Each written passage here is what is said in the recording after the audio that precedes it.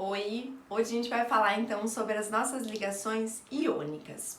Quando a gente pensa na ligação iônica, a gente já se remete ao fato de ter a existência de íons. Quem são esses nossos íons? São justamente os nossos cátions e os nossos ânions, e eles representam que o nosso elemento está ganhando e perdendo elétrons.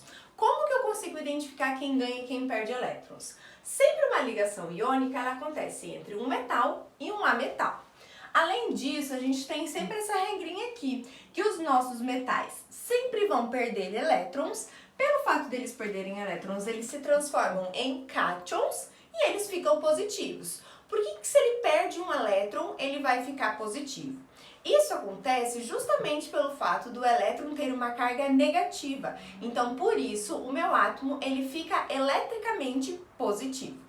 As formas da gente representar isso. Então, eu coloquei aqui Na+, o 1 que aparece aqui no lado, ele é opcional, então nem sempre ele vai aparecer. Ca+2 significa o quê? Esse número representa pra gente a quantidade de elétrons que esse meu átomo tem na camada de valência e que ele está perdendo. Então, habitualmente, os nossos metais vão perder os elétrons que eles têm na última camada. Por quê? Porque na camada anterior, eles vão ficar então com 8 elétrons, que é o que diz a nossa regra do octeto. Os nossos ametais, eles fazem o processo contrário. Esses elétrons que foram perdidos pelos metais vão ser ganhos pelos nossos ametais. Então, o nosso ametal ganha esses elétrons, ele se transforma em um ânion. Esse nosso ânion, ele é negativo. Como lembrar se ele é positivo ou negativo? Ó, nossa palavra ânion tem 2 N's, então por isso que ele fica negativo. Se ele fica negativo, a gente tem então essa representação. O-2, F-1. Quando a gente visualiza esses números aqui, representam pra gente a quantidade de elétrons que eles irão receber.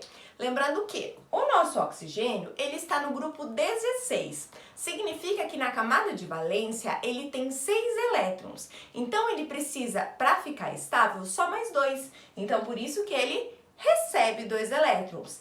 Ao contrário do flúor. O flúor, ele é um halogênio. Ele é um halogênio que está na família 7A, ou grupo 17, e dessa forma já tem 7 elétrons na camada de valência, precisando receber apenas 1 elétron para atingir a sua estabilidade. Beleza? Vou fazer alguns exemplos com vocês agora. No nosso primeiro exemplo, a gente tem os elementos sódio e flúor. A primeira coisa que a gente sempre precisa fazer é ir lá e colocar os símbolos desses nossos elementos, tá? Então, o nosso elemento químico sódio, ele é representado pelo símbolo Na, e o nosso elemento químico flúor, ele é representado pela letra F. Para ficar bem simples da gente compreender, a gente vai representar aqui em cada um dos passos. Então, vamos lá. Em qual grupo que o sódio está? Ele pertence ao nosso grupo 1. Então, o grupo do sódio é o grupo 1. E o nosso flúor? Em qual grupo que o flúor está? O flúor está no grupo 17. Então, vou colocar aqui, ó, grupo 17. Quando a gente observar isso, a gente já vai identificar a quantidade de elétrons que eles têm na última camada. Então, na camada de valência, o sódio tem 1 elétron e na camada de valência, o flúor tem 7 elétrons. Então, aqui, ó, camada de valência. O nosso Na tem 1 elétron e o nosso flúor, ele tem 7 elétrons. Então, vamos lá. O nosso sódio, para ele ficar estável, ele precisa perder esse elétron. Então, ele vai perder esse elétron. Então, consequentemente, ele vai ficar Na mais 1. Por que mais 1? Porque ele está perdendo 1 elétron.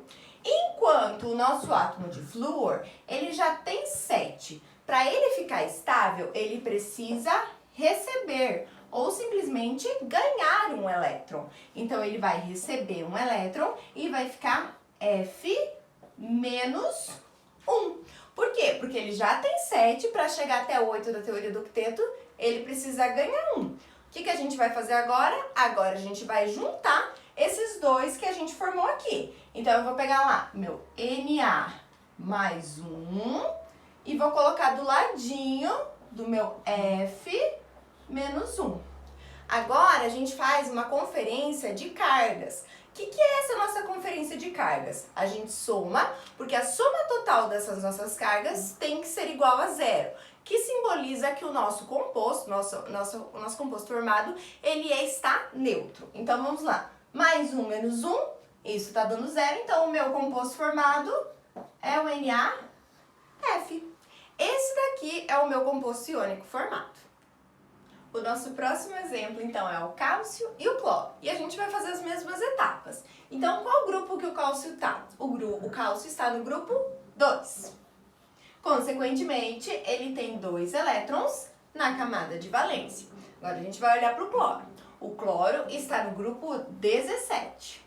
Consequentemente, ele tem 7 elétrons na camada de valência, tá? Então, agora a gente vai observar como que esses elementos vão se comportar. Então, se o meu cálcio tem 2 elétrons na camada de valência e ele é um metal, eu sei que ele vai perder esses meus 2 elétrons. Consequentemente, ele vai ficar positivo. Então, ele vai ficar Ca mais 2. Enquanto o meu cloro, ele tem 7 elétrons na camada de valência e para ele é mais fácil ganhar um elétron para ficar com 8 do que perder esse 7. Por isso que ele fica com carga negativa. Cl menos 1. E agora a gente faz aquilo de conferir as cargas, porque sempre a carga total do meu elemento, do meu composto formado, tem que ser igual a zero. E aí a gente vem que fica mais 2 menos 1. A soma total aqui está dando mais 1. Então, isso significa que esse meu composto ele não está eletricamente neutro. Para a gente resolver esse problema, a gente vai usar a regrinha do trampolim. Como que funciona essa regrinha do trampolim? O número que está aqui em cima, ele vai descer para o elemento que está aqui embaixo. E o número que está aqui em cima desse vai descer para esse daqui. Consequentemente, a gente vai ficar assim com essa carinha aqui, ó. Ca, vou manter a carga aqui. Desceu o número 1 lá do meu cloro. Mantenho o meu cloro aqui, ó, menos 1. E desceu o número 2 do meu cálcio. E aí, a gente vai fazer lá a regrinha de matemática de multiplicar para ver se ele está eletricamente neutro. Então, observem. Mais 2 vezes 1, mais 2. Menos 1 vezes 2, menos 2. Mais 2 menos 2, 0. Consequentemente, o meu composto está eletricamente neutro. Mas, na hora de eu representar, eu vou retirar essas cargas. E aí vai ficar simplesmente CaCl2. Esse daqui é o meu composto iônico formado. Tchau, pessoal! Até a próxima!